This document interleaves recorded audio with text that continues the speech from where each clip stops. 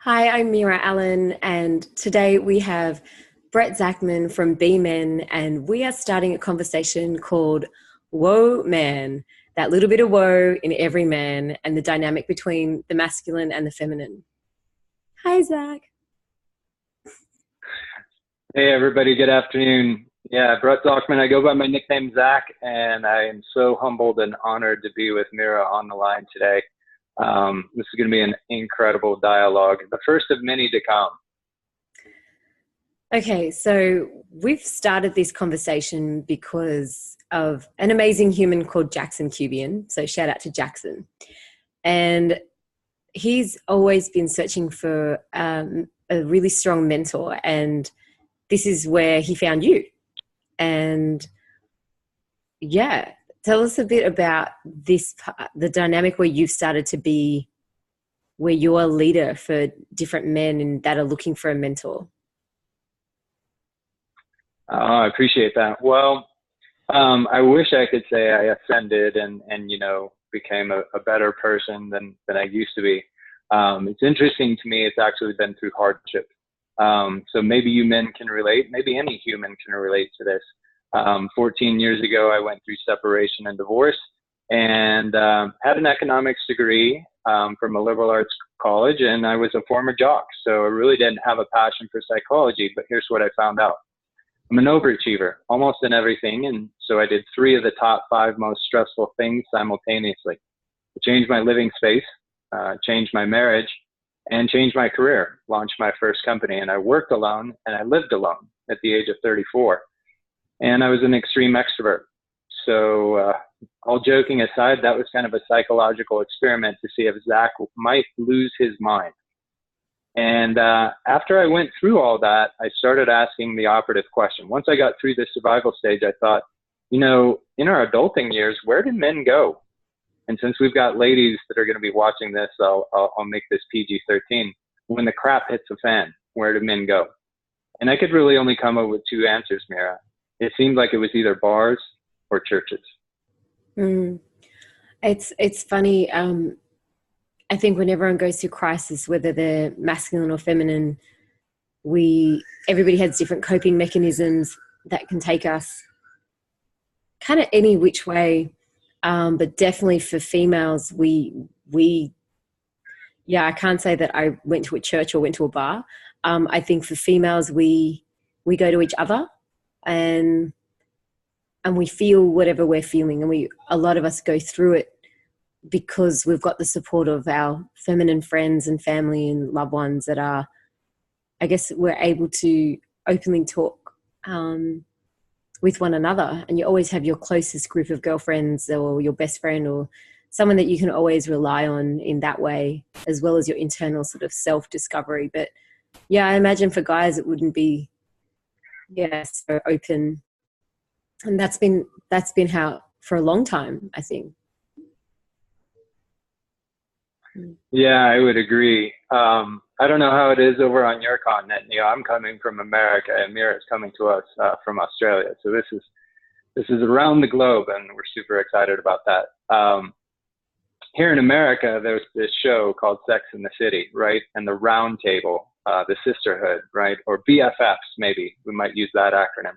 And it seems to me my hypothesis about male and female and the gender equality or differences is that women, they seemingly nature nurture, are bred for connection. And so when something bad happens and the storms come, you immediately, reach out to the sisterhood. And I don't want to be a woman. I think women are fantastic. I mean, you're amazing creatures. But I've spoken to women and they've told me, oh yeah, we talk, Zach. I'm like, really? Like, what about? And they're like, everything. Everything. Like, everything? Yeah. And they're like, oh yeah, in graphic detail. I'm like, seriously? And so my joke with men is, fellas, they talk. I mean, like everything from global warming to diaphragms in 90 minutes. And you think we talk. Men don't talk. Men sit, watch the game, drink a beer, and grunt, literally. So I think that's changing though now. If that is changing, it's in the process of all this change now, I think. At least the last 10, 15 years. There is a sort of a softness that is coming into society and even, you know, with the LGBTQ community as well, bringing that the masculine doesn't have to be that hard-edged masculine that it has always been painted out to be, but at least allowing the differences between classical female and classical male, I think, is really important. And where I know in Australia, I can only speak for, I've lived in Sydney most of my life. In Sydney, that's changed where the alpha male is now almost competing with an alpha female, where she's earning the same or if not more than the man. She's running the household and she's the mum and she's the driver and she's kind of the one that plans everything out, and it's giving less room for what the men need to do, and they don't know kind of where they stand in society, I guess, and even within themselves. Yeah, we're definitely experiencing that here in America. I mean, I personally experienced that, you know, by nature, I tend to be a lover versus a fighter. And when you get into kind of that competitive mode, see, that was where I was going to finish off, that women seemingly connection is key and very comfortable. But men, I think it's more competition. And so if we're really in competitive mode, it's really hard to connect, because if you're competing with another man, you can't show weakness to that other man, because then you become lesser. He becomes alpha and you become beta. And so in marriage, I found that, you know, if man and woman are both competing for alpha, who's going to be in charge? Well, then somebody has to be first and somebody has to be second. And so over time, I threw in the towel, right? I said, okay, great. If you want to be alpha, go ahead and be alpha. And I'll take the supportive role. The problem with that is that many times, almost subconsciously, a woman really would like for a man to take the lead role. And if he steps away from that, then the respect for him drops. Yeah, I mean, it's a fine line. I mean, even us doing this video live thing today, just, you know, are you going to start or am I going to start? Are you going to start or am I going to start? I think there's a divine dance where a little bit of leadership can come from one way, but then a little bit of leadership can come from another way. And it doesn't have to be so fixed and stoic. It can kind of ebb and flow. But if it's constantly going one way extremely, then there's never going to feel like that divine sort of dance of the organic flow. And I mean, that sounds like such a female thing to say. But yeah, just looking for the ease in not just between two people, but the ease within what feels comfortable in yourself, you know, and every couple is different. So one couple might be quite comfortable with, say, the woman in a, you know, she might be, you know, a lawyer or something, or a professional that's earning a lot of money or something, and she's more comfortable being the main income earner, and the partner that she may have, he might be more comfortable, you know, not being the main income earner, but they still find a balance in that, and it's in their day-to-day, but he could still be completely masculine and satisfy her, where she's like, oh, well, now I can be soft when I come home, but she could be so strong when she's in her work. So I think there's a little interplay that happens on an individual level, and if we find that balance internally, then we're able to relate that to a partner, I think, after we found that balance within ourselves. Yeah, I think that's really well said. You know, balance first in self. And I don't know how it's operating in Australia, but I think so many people, myself included, I mean, I didn't even know what balance was. I mean, I was 24. So in generational speak here in America, I mean, my parents got married when they were in college, and that was that generation. But me getting married at 24, I can tell you in hindsight, felt very early, very young. Balance, I didn't even know who I was, let alone how to be balanced in who I was. And knowing the ebb and the flow, like you're saying, and the sacred dance of the masculine and the feminine. I mean, that's all language I've learned in the last 15 years, mostly since my mid 30s. You know, here's a guy who was a jock that got an economics degree. So masculine, feminine, chakras, I would say like Gesundheit. What are chakras? And no idea. It's clueless. So I jokingly say with Be Men, you know, what what tool belt did you get? The metaphor of a tool belt for men, right? Now, I'm not talking about actual tools, guys, right? You know, we're talking pickaxes and screwdrivers and sledgehammers and stuff like that. I'm meaning metaphorically. You know, your father taught you and your grandfather taught him, but what were you taught about being a man? And what were you taught about your role? Furthermore, what were you taught about women? Were you taught anything? Or were you taught the wrong things? And then we get into this, what can be this delicate dance. And if all we have to go by is mainstream media or what we've read or what we've watched in movies, boy, those could be good examples, or those could be pretty awful examples. Yeah, and it's true. Like, the examples are really important. So you look at the examples of the media, mainstream media now. It's quite sad, you know, if you think your daughter's watching that and that's where she needs to be, is, you know, everything exposed. And it's a different world, I think, that the next generations are growing up with, which is already so open and explicit. I know our generations did not have any of it. Like, we were so, in a way, sheltered, I guess. You know, well, Madonna was so outrageous. Now you look at Madonna and go, oh, well, yeah, you know. So it's getting less and less.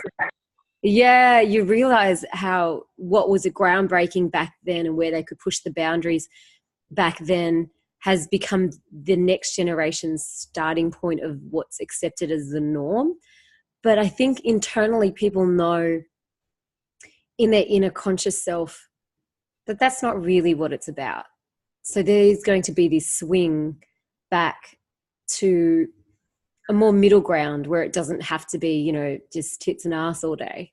So there is that shift that's happening, but the shift has to, again, I keep coming back down to the individual. For me, I always compare it to, we were talking about this earlier about sukha and sthirtha in yoga. In every posture that you take, you can have a lot of determination, and that takes a lot of sthirtha. You know, in Sanskrit, that translates into like strength and determination and discipline. It's kind of the masculine, the yang energy. But then in that posture, you got to be able to breathe. You got to be able to feel soft through your face, and you got to be able to be in presence and observation with it, and feel an ease and a certain level of comfort to hold that posture for any length of time. And that's what we call sukha, or contentment. So, and we'd liken that to the feminine, you know, where you can just be easy with it. But if the humanity is becoming imbalanced between its determination and forcefulness and strength, there's not enough room for rest and comfort and respite. So the sukha is being diminished and the sthirtha is being forced. So I think a lot of women, I can only speak for like what women feel, and I felt that a lot in my life, where we felt like we have to have more sthirtha because we're not getting that discipline, that action, the goals, the actioning done the yang way, the way the masculine can. But as I've gotten older, I've realized it's okay. I'm not a man. I don't need to be one. So I don't need to push myself the way a man can physically push. It's okay. And as I've owned my femininity, you get the sukha comes back for the feminine. But I think a lot of women still need to learn this in their day-to-day way of being. Yeah. Yeah, I've noticed here in America, and maybe you'd have to fill in the blanks if it's mimicked in your continent and Australia, but basically roughly over the last 100 years, we've had the feminist movement in America. And men, come on for a second, take a TV timeout and walk this through with me. If the patriarch has mainly been in control for, say, 2,000 years, let's say we reverse those roles and we put the matriarch in charge. There is no way on the planet we would have been patient enough for that. So women have been very graceful in all of this. We wouldn't have lasted 2 weeks, would be my guess. So thanks for laughing at that, Mara. You can laugh at any of my bad jokes. So absolutely. So women did kind of, as I see the checks and balances, women did this kind of forced march from their traditional feminine roles, more supportive, more submissive, softer, et cetera, and marched across that checks and balances and got way more into their masculine traits. And what's happened, I believe, is now we're out of balance.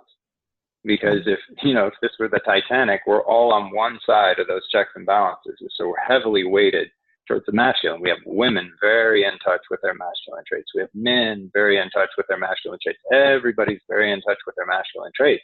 And who's in touch with their feminine?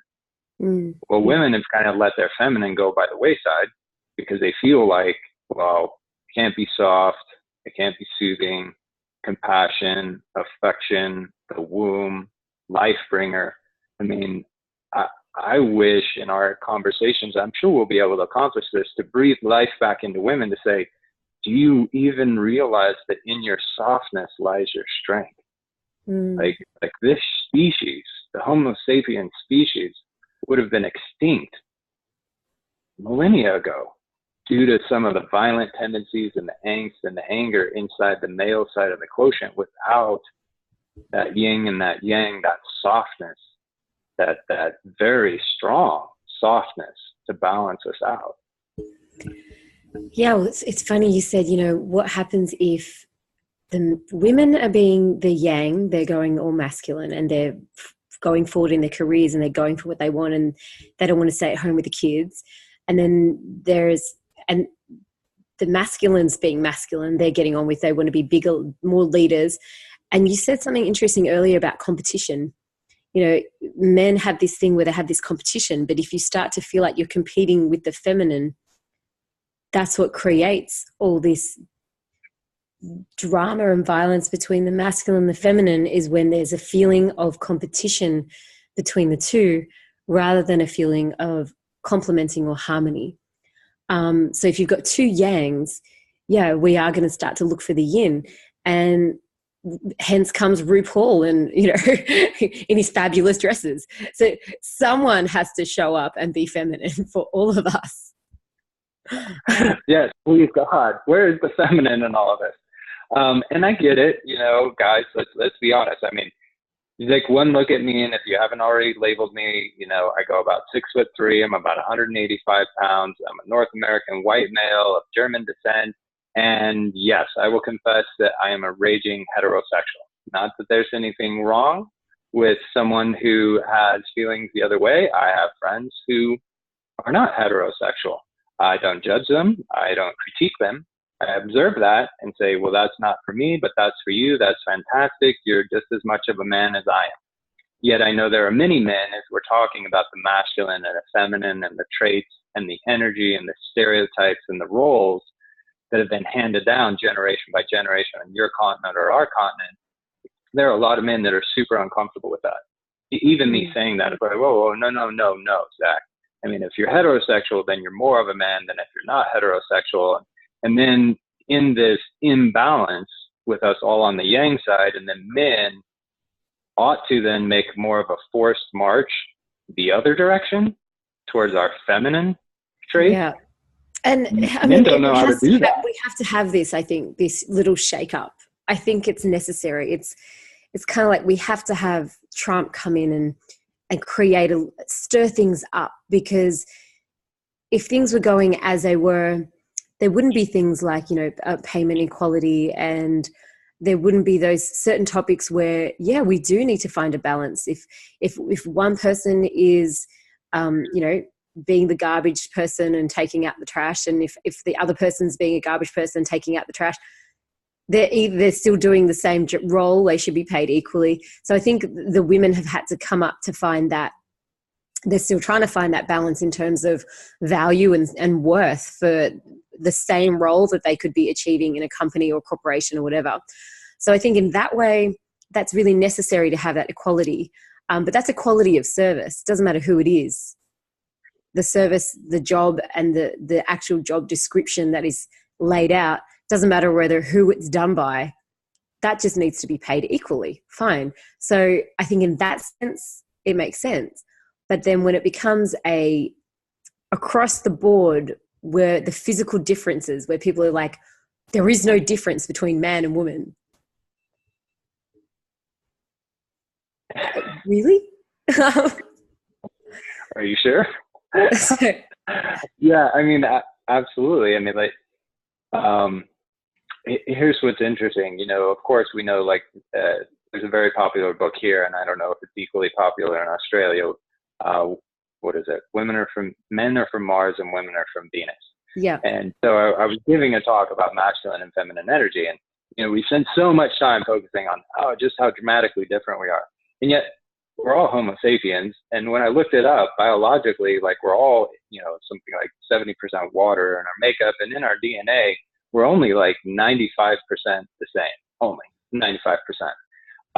So there's a lot of equality already built into this little program here. Mm. But absolutely, to say that women can do everything that men can do, it's like, okay, well, let's both of us go hop up on a pull-up bar and see how that works.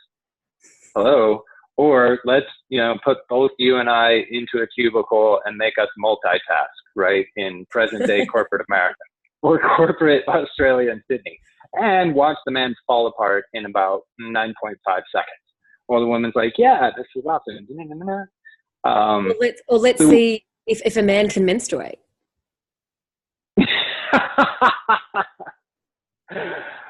yeah, that's another reason why women, I love you, but it's very complicated. I'm not sure I would want to be a woman. There's a whole lot going on there. Well, and this is the thing So where we're getting asked these questions lately, like we're meant to be able to choose our gender. Um, okay, so when men start menstruating, maybe we can start to choose our genders that way. It just doesn't biologically just on the purely on the physical sense. To actually claim that you're a man or a woman, I think there has to be a new line where this modern line of like, oh, well, I choose to be a male today. I choose to be a female today. To me personally, it's a real insult to nature. And it's a real insult actually to the true feminine, the women that have actually given birth and had children. Wow. What does that say for humanity, that whether it's a man or a woman turning around to say, no, I can be you right now because I'm going to go have surgery and become that, and that's it, and go on hormone. Where's nature in this? This is where I question, where's nature in this? But happily, if men start to menstruate, by all means, and they can have babies, and great, by all means, call yourself a lady, like, great. here in America, what we currently have, I believe, on the male side of the quotient, and talking about masculine energy, is an identity crisis, to be quite frank. Why many men are resisting inside themselves their feminine traits or feminine characteristics, or resisting those feminine traits when they see it in other men. Why there's labeling like being homophobic, right? Or a couple of guys actually killing a young male here in Colorado because he happened to be homosexual. That lash out, that angst, that anger, that violence towards either females in general or feminine traits in another male speaks to the discomfort inside a man, the fear, the dread of your ego fighting back against something that you're not understanding, or you're not accepting of. And so I think in our conversations, I'm really looking forward to breaking that down and saying gender is gender, but let's kind of push that over here. And now let's talk about energy, and let's talk about masculine and feminine in all of us, all Homo sapiens. And I took maternity leave for a month when our first son was born. You should have seen the look on the 60-year-old man's face that was the former president of Samsonite, running our corporate sales division, and I'm the top sales guy, when I walked into Frank's office and said, Frank, so here's the deal. My wife and I, we just adopted a son, and I'm going to go home and take care of him for a month. I needed to come in and ask your permission for that because my wife is taking off 3 months. The look on his face was classic. You would have thought I was speaking Mandarin. He was like, what? Why? From his generation, that was just not done. Women played the role of child rearing and raising children. Men went to work and played their part in the boardroom, the classroom, the warehouse, the factory, etc. That was that generation. That's shifted for good reason, I think. And playing Mr. Mom for a month. Hey, ladies, don't have a hat, but hats off to you. And when the second one came and I physically watched, because we had a surprise biological pregnancy, and I watched 30 hours of labor, then we have no understanding of pain. And discomfort. I mean, women, it's amazing. It's an amazing thing that you all can do. And the thing is, what I don't understand is why are the differences currently in humanity trying to be smeared away, and we're all trying to be one blanket type of, or we're labeling everything so like into these little intricate labels about everybody's sexuality. And this is where I don't understand. To me, it feels like a big distraction for whatever reasons, the governments, the pharmaceutical companies, or whoever's creating hormone replacement therapy.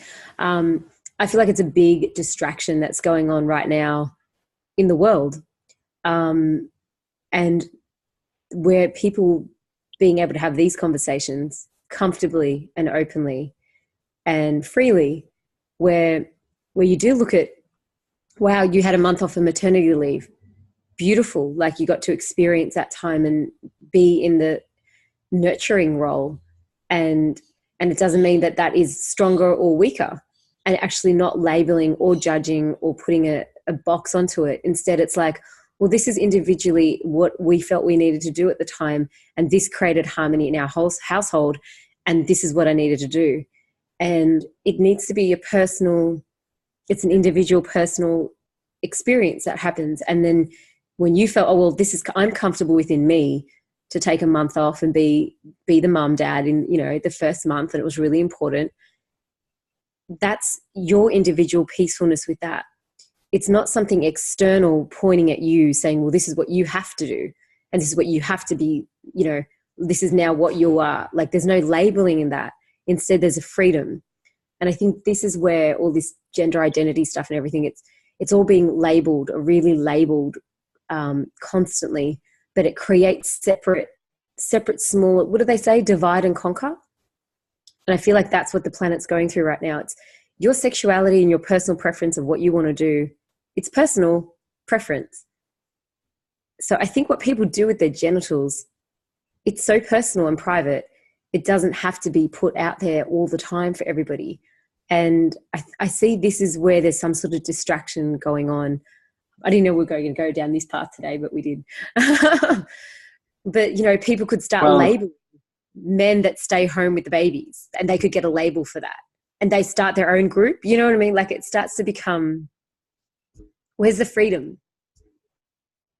Right. Yeah. The liberation. I have a good friend of mine that I met back in the Northeast. He's actually a journalist, worked for CNN, one of the largest media providers here in the States. And they went through a couple of very challenging pregnancies, and he went into the corporate headquarters and asked for maternity leave. And it turned out, because he wasn't a part of a special type of classification of gender, he couldn't get it. Believe that or not. The way that the benefits package was written gave special consideration. If he wasn't a heterosexual male, he actually wrote a book called All In about it. And it's just unbelievable. So not only are we kind of set in our mores and our codes and our roles, but then we've extended that out into the structures of religion or business or politics. And then that becomes very much, as you said, you use the words divide and conquer. It's very much us versus them. And I'm having conversations with NB men in the community that we're building, and younger men or middle-aged men like myself or older men are really struggling.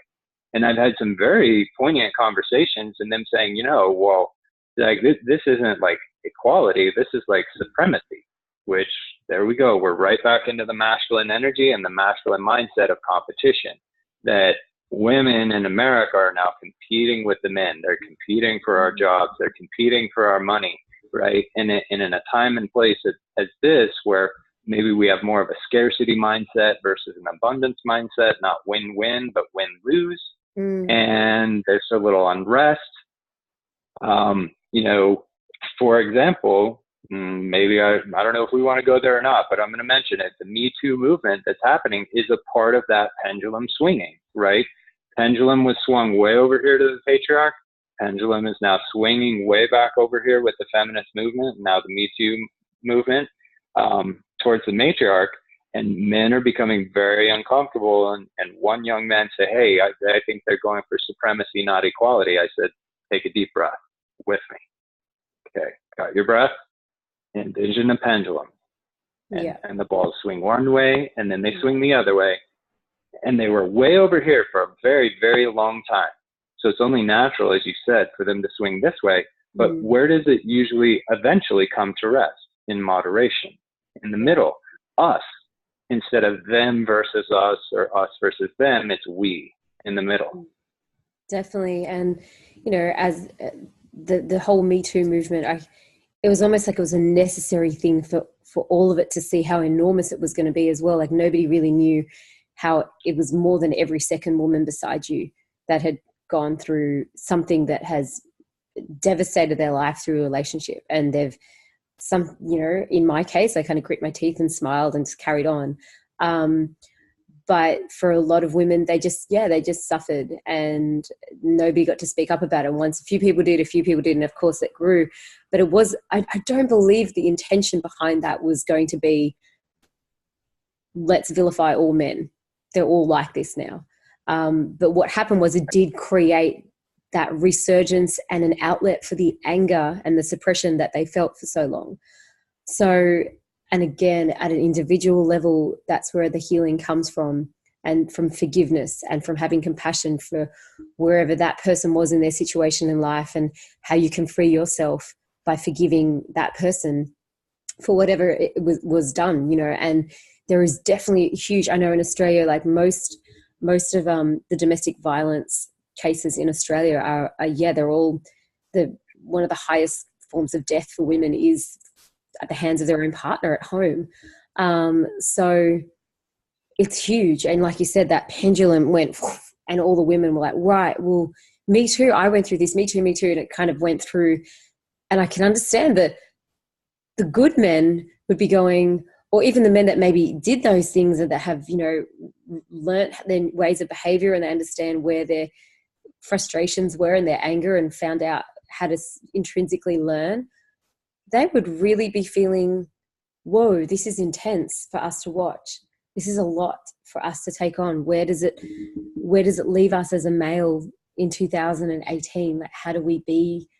What does it mean to be a male? And are we already on the back foot now that we're a male and we're already looked at as, oh, look at you men, you're always hurting us women or something, you know? So it's the pendulum is in swing, and you know, it will have to come to a center line, and there has to be harmony in this world. Like for every sunrise there's a moonrise, for every sunset there's a moonset. So there has to be that ebb and flow between night and day. There has to be the ebb and flow between the masculine and the feminine. And you know, that's why I like the logo of this is, you know, that the yin yang, it's divinely perfect, that little bit of masculine in the feminine and that little bit of feminine in the masculine, and it will find its balance. But we're just alive to witness the tumultuousness. Yeah, the swings. Yeah, you're absolutely right. It was created in such a beautiful way, and then we humans get involved, and suddenly what was beautiful is maybe not quite so beautiful anymore. Give us a little bit of time.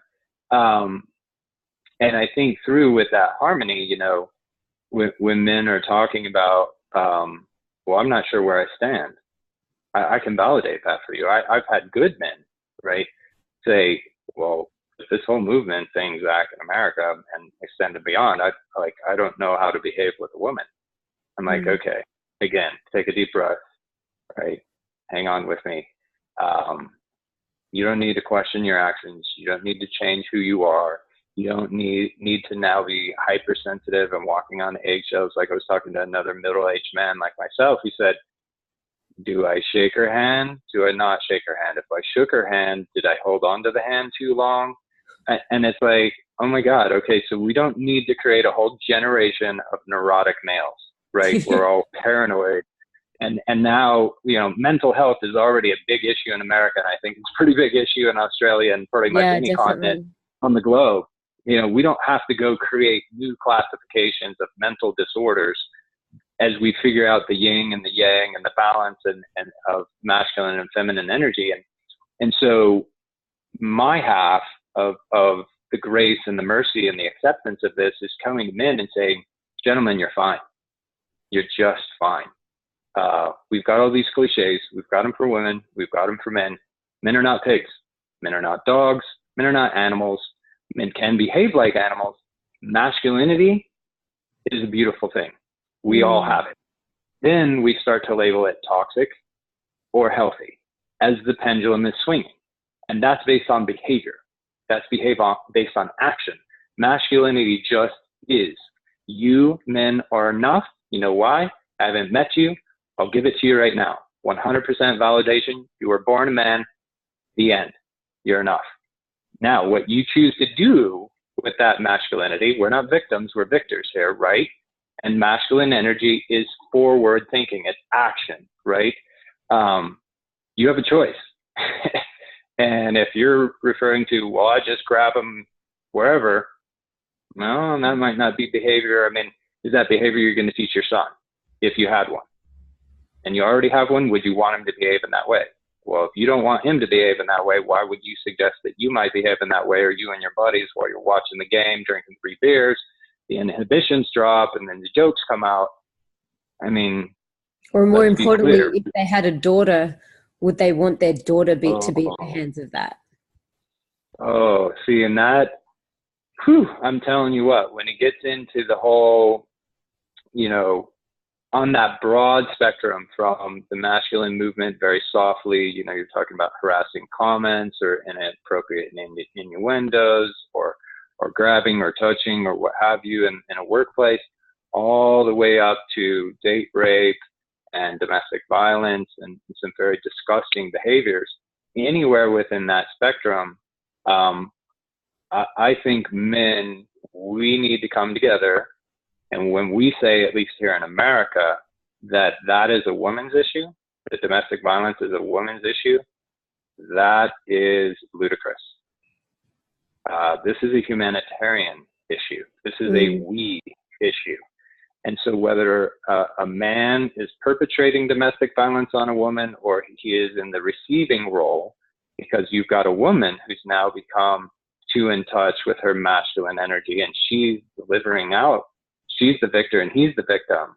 We've got to have a lot of grace, mercy, and acceptance and come together in that harmony piece that you were talking about to start identifying, what are we teaching each other? And for me, I don't have daughters, but my gosh, I mean, we as men, we're around women all the time.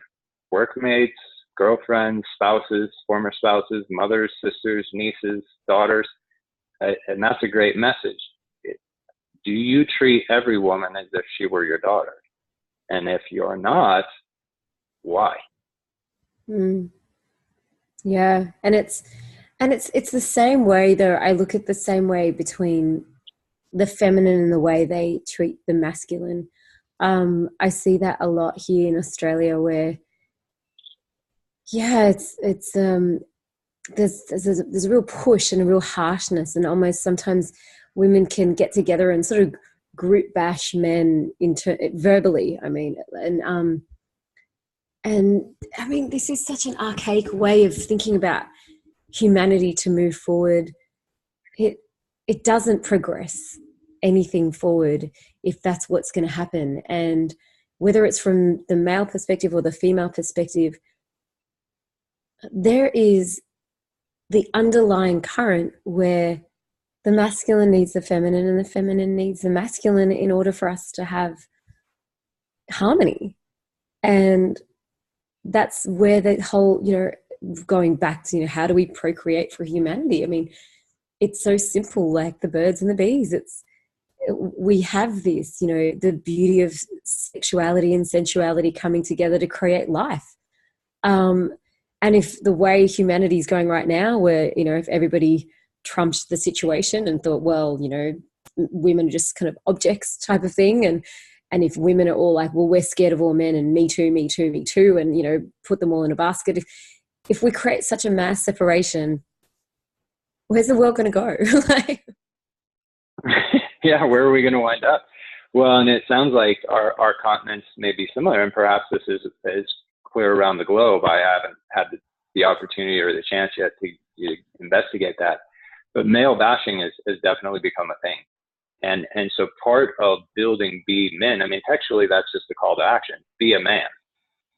Well, where that might have been very simple and very clear generations ago, currently 2018, I don't think that's clear at all. And go to Webster's, look up man, and you get like the art of manhood. Hey, thanks for that non-definition. You just cleared up that cosmic question. Appreciate it.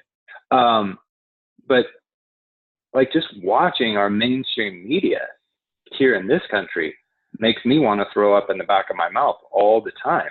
I mean, man, let's go through it. Let's see. Homer Simpson, imbecile. Al Bundy, married with children, sitting on the couch with his hands down his pants. Let's go satirical or satire, right? The sitcom, the family unit, right? The nuclear family. What the heck happened to the husband? He's like my age. He's a 47-year-old male. He can't even put his underwear on the right side out without his wife helping him, or even worse yet, his oldest daughter, who's like 18 or 19 years old. So men are idiots.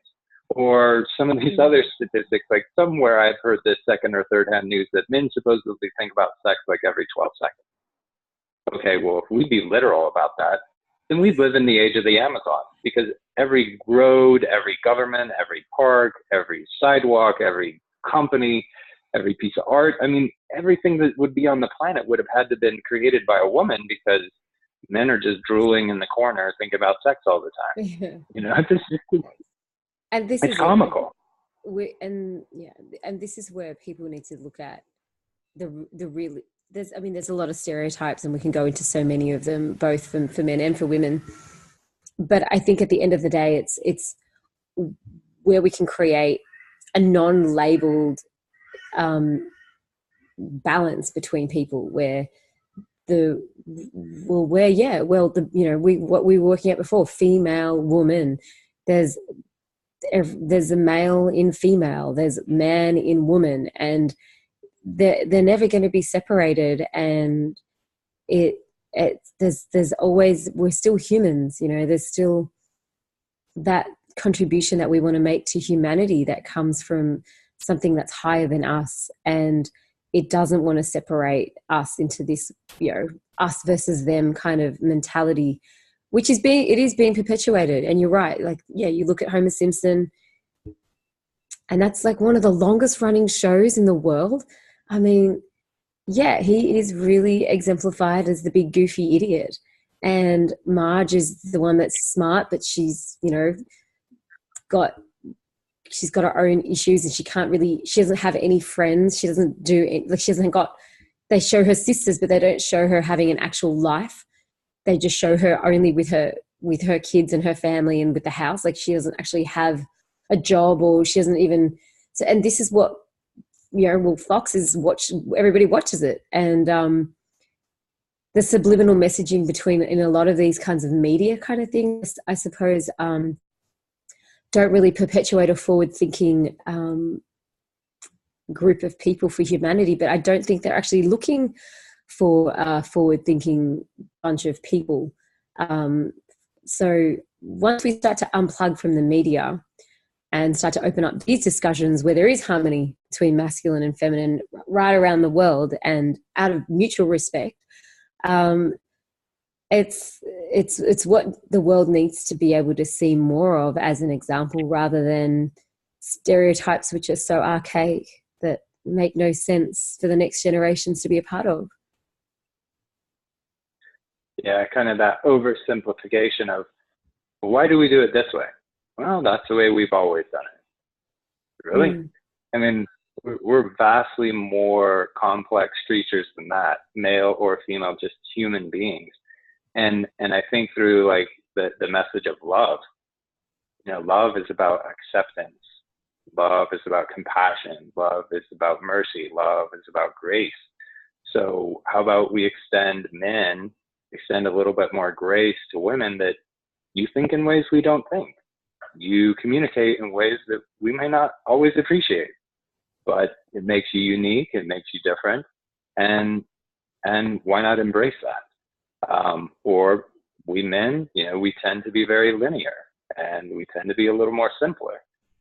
So rather than bash us or nag us to death with our simplicity, embrace, the goodness in us, and validate and lift us up. I mean, a message to any woman, you get way more bees with honey than with vinegar. I mean, if anybody knows the book, The Five Love Languages, a quick sentence of words of affirmation, you might get a man to do all sorts of things that you've never been able to get him to do when you go into command mode and bark at him like a drill sergeant, and then you can't understand why he doesn't ever want to do something. And I think that's with all people. I think all people want to be treated with respect and with kindness, and that's, and so it's a beyond the sexes kind of thing. And it's just that these are the things that are never taught. They're just not taught in schools. They're not talked about. It's not. It's just left out, and it has that Neanderthal brain of survival of the fittest, and eat or be eaten kind of thing. And we are shifting into a more compassionate viewpoint, I think, now, because these conversations are happening.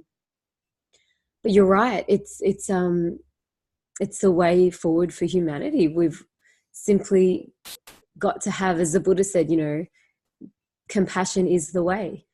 And the minute you have compassion, you can't help but go, okay, yeah, would I want to be treated like that? Would they want to be treated like that? And it's not about separating men from women and women from men in that way. It's going, well, if women go, well, we want this respect and we want to be spoken to in a certain way, and this is what we need, well, men deserve the exact same respect as well, and compassion as well. And everybody has a place in society, and it's important that our place isn't becoming one robotic, gender neutral land.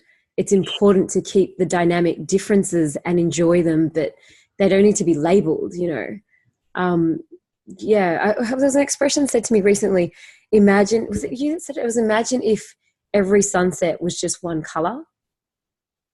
Would we enjoy it? Not so much. We need all the grades of all the colors to make up the spectrum. So we don't try to label that it's still a sunset. Sometimes it might be bright orange, sometimes it might be pinky red, but at the end of the day, it's still a sunset. So we're still humanity. So we can just still share that compassion, and we don't need to segregate each particular type of this and that. I think we've got to come back to that human essence that is from a compassionate perspective. Hi, am I talking too much? That is great. It's a good message. And I'm looking forward to, this series. You mentioned who teaches. I've been taught that leadership, exampleship is the most important way to lead. And so many of us, you're right, we don't learn it in the classroom. Men don't learn how to be men in a classroom. I know that for certain. Men learn how to be men because they're boys from their father, and their father learned from his father.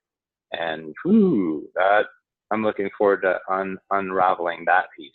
And I don't know how it is with women. I mean, obviously, the guess for a man would be, well, if you're a daughter, you're taught by your mother how to become a woman, and she was not taught by, your grandmother. But what if they didn't know what they were doing? Or what if they weren't taught the right things? Or what if they observed things that weren't very healthy, and now they're passing that down? So if we become inquisitive and we want to know you better as women, and we can become more educated and become more knowledgeable, then I think that then leads to the compassion and the acceptance and the mercy and the grace and the love and the harmony. Yeah. Well, let's go on this ride, and I guess that'll be episode 2. Wonderful. Thank you so much for having me. Absolutely. Well, everybody stay tuned. Session 2 and the next leg of this journey will be coming your way very soon. Thank you.